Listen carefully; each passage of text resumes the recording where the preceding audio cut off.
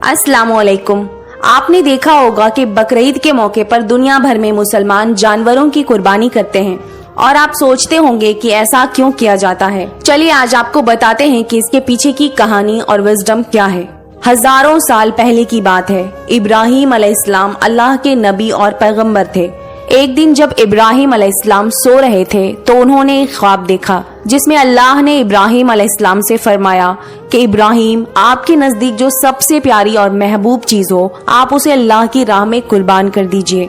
अब यहाँ आपको बता दूं कि अल्लाह अपने बंदों का और खास तौर से नबियों का इम्तिहान लेते हैं, ये देखने के लिए कि इंसान अल्लाह से ज्यादा मोहब्बत करता है या अल्लाह के दिए हुए तोहफों से ज्यादा मोहब्बत करता है।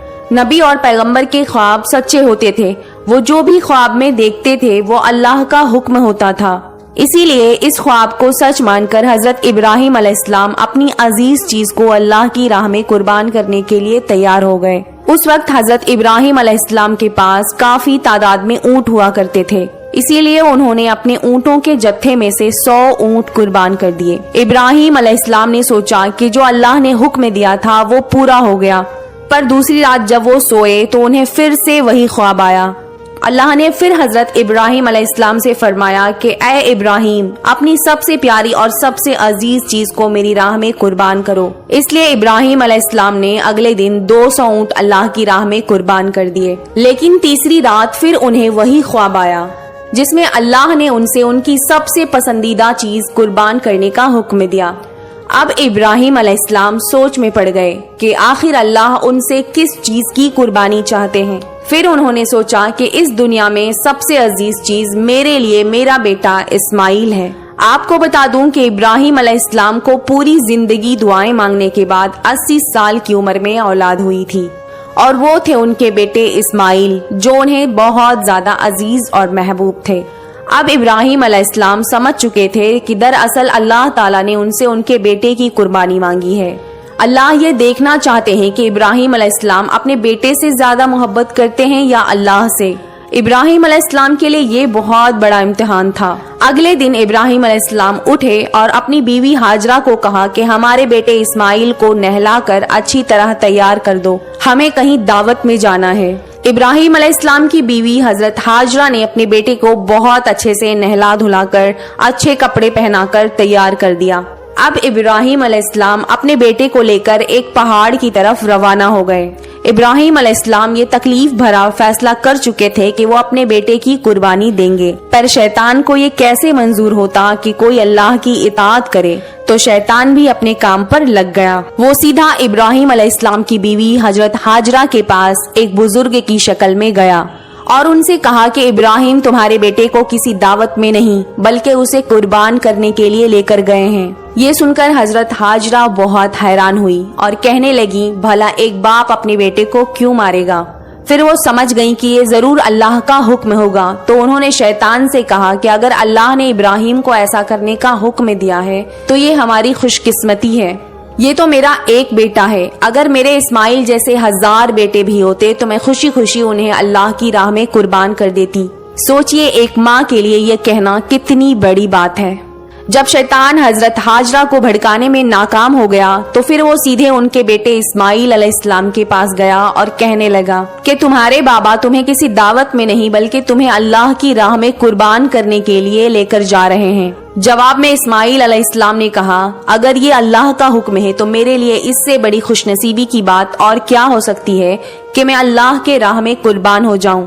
एक छोटे से बच्चे में इतनी समझ और बहादुरी होना कितनी बड़ी बात है।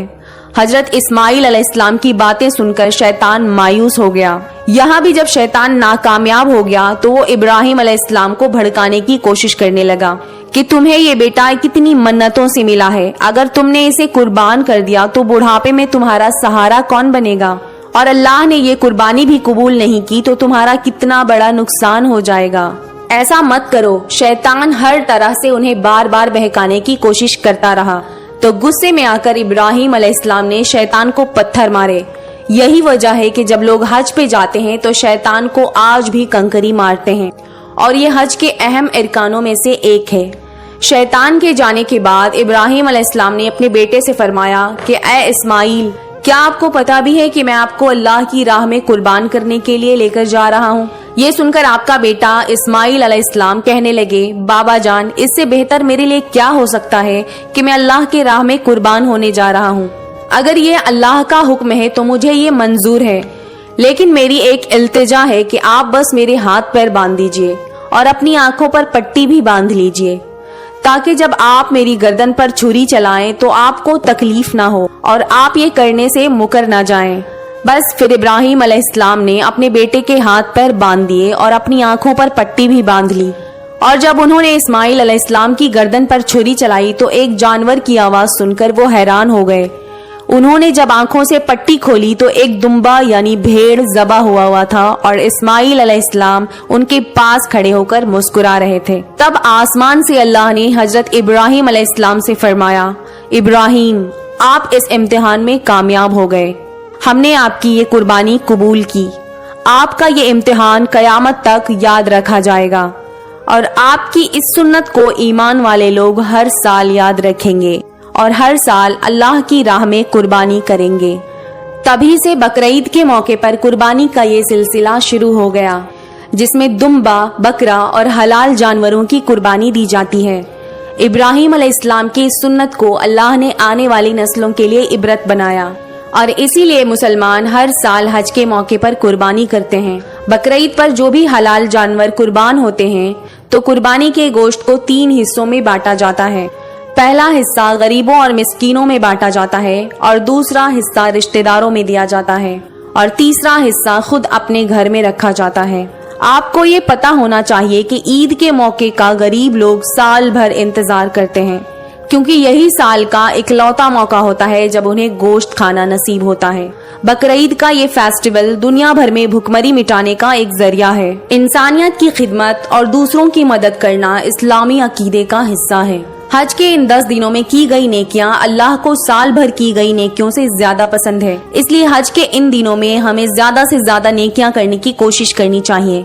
आई होप ये वीडियो आपको हेल्पफुल लगा होगा। प्लीज इस वीडियो को ज्यादा से ज्यादा शेयर करें और मेरे चैनल को सब्सक्राइब करें, बेल आइकन को जरूर दबाएं। हम फिर मिलेंगे एक नए वीडियो में, तब तक के लिए अस्सलाम वालेकुम, अल्लाह हाफिज।